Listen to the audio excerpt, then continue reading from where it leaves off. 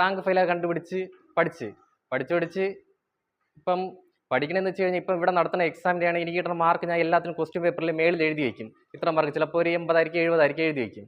എഴുതി വെച്ചിട്ട് അത് തന്നെ വീട്ടിൽ കൊണ്ടുപോയിട്ട് ഞാൻ ഒരിക്കൽ കൂടെ വായിക്കും. ഇവിടെ വായിക്കണേയുണ്ട്, അപ്പോൾ വീട്ടിൽ പോയിട്ട് ഒരിക്കൽ കൂടെ വായിക്കും. വായിച്ചിട്ട് വീണ്ടും അടുത്ത ടോപ്പിക്കും വായിക്കും, അടുത്ത എക്സാമിൽ ടോപ്പിക്ക് വായിക്കും. അങ്ങനെ വായിച്ചിട്ട് ഒരാഴ്ചയാകുമ്പോൾ വീണ്ടും ഞാൻ ഇതെല്ലാം ക്വസ്റ്റ്യൻ ഒരാഴ്ചയാകുമ്പോൾ ഇഷ്ടം പോലെ ഒരു സാർ 100 മാർക്കിനാണ് ഇടണമെങ്കിൽ ഏകദേശം ഒരു 700ഓളം ക്വസ്റ്റ്യൻ വരും. ആ 700 ക്വസ്റ്റ്യൻ വീണ്ടും ഒരാഴ്ച വീണ്ടും റിപ്പീറ്റ് ചെയ്ത് വായിക്കും. അങ്ങനെ വായിക്കുമ്പോൾ നമുക്ക് അത്രയും കുറേ കൂടെ സെറ്റ് ആവും, അത്രയും സ്പീഡും കിട്ടും. അങ്ങനെ വായിച്ച് പഠിച്ച് അപ്പോഴേക്കുമാണ് ഇവിടെ കൊറോണ വന്ന് നിർത്തി, സെൻറ്റർ പൂട്ടിയിട്ട് പിന്നെ ഇവിടെ തുടങ്ങി സാറ്. ഇവിടെ തുടങ്ങിയപ്പോഴും ഇവിടെ അതേപോലെ തന്നെ കുറച്ച് ദിവസം വന്ന് വീണ്ടും നിർത്തി. അപ്പോഴേക്കാണ് എനിക്കൊരു എക്സാം വന്നത്. ആ സമയത്തൊരു എക്സാം വന്ന് ഞാൻ എഴുതി.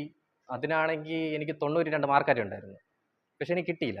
അതിന് കട്ട് ഓഫ് 97 അത് ഒരു പോസ്റ്റിനായിട്ടായിരുന്നു അന്ന് ചോദിച്ചത്. അപ്പോഴെനിക്ക് എന്തായാലും അത് കിട്ടിയില്ല. എങ്കിലും വീണ്ടും പഠിച്ചുകൊണ്ടിരുന്ന ആ സമയത്തായിരുന്നു പോലീസ് ഞാൻ ആ സമയത്ത് അപേക്ഷിച്ചിട്ടില്ലായിരുന്നു. എങ്കിലും വീട്ടിൽ നിന്ന് ചെയ്യുമ്പോഴേക്കും നമ്മൾ പറയും ഒരു 45 ഉണ്ട് 50 ഉണ്ടെന്നൊക്കെ നമ്മൾ എഴുതിയ പയ്യന്മാരുടെ പറയുമ്പോൾ അവൻ പറയും പോടെ എഴുതി, നീ വീട്ടിൽ നിന്നല്ലേ എഴുതി നോക്കിയത്, അതെങ്ങനെ കിട്ടും എന്നൊക്കെ. എങ്കിലും ഞാൻ സത്യസന്ധമായിട്ട് തന്നെ എഴുതിയത് 1 മണിക്കൂർ സെറ്റ് ചെയ്ത് വയ്ക്കും.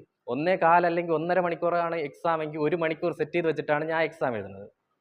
അപ്പോൾ അങ്ങനെ എഴുതി ഞാൻ നോക്കിയിട്ടാണ് ഇതൊക്കെ പറയണത്. എങ്കിൽ അവർ പറയും അവർ പഠിച്ചിട്ടാണ് എഴുതി എന്നിട്ട് ഇത്രേ കിട്ടിയുള്ളൂ എന്ന്. അവർക്ക് 40 30 ആയിരിക്കും ചിലപ്പോൾ കിട്ടിയിട്ടുള്ളത്. എങ്കിലും ഞാൻ വീട്ടിൽ അടുത്ത് ഇതുപോലെ അപേക്ഷിച്ചപ്പോൾ എൻ്റെ ചേട്ടനൊക്കെ പറഞ്ഞു എന്തായാലും നീ തിരുവനന്തപുരം വയ്ക്ക്, ബാക്കി പിന്നെ നോക്കാമെന്ന് പറഞ്ഞു.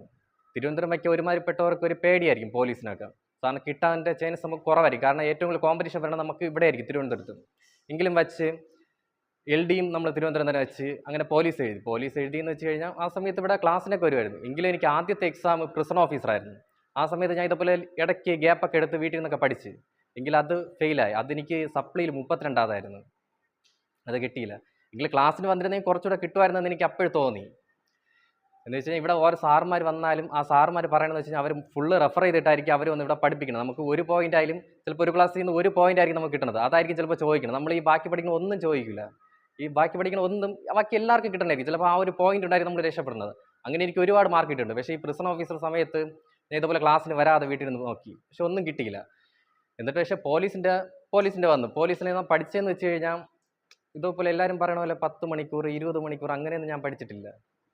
അങ്ങനെയൊന്നും പഠിക്കാൻ എനിക്ക് അറിഞ്ഞൂടാ. അങ്ങനെയൊന്നും ഇരിക്കാൻ നമുക്ക് പറ്റൂല. ചിലപ്പോൾ അവർക്ക് പറ്റുമായിരിക്കും, എനിക്ക് പറ്റൂല. ഞാനെന്ന് വെച്ച് കഴിഞ്ഞാൽ ഒരു 2-3 മണിക്കൂർ ആകുമ്പോൾ തന്നെ നമ്മളെ കിളി പറക്കും.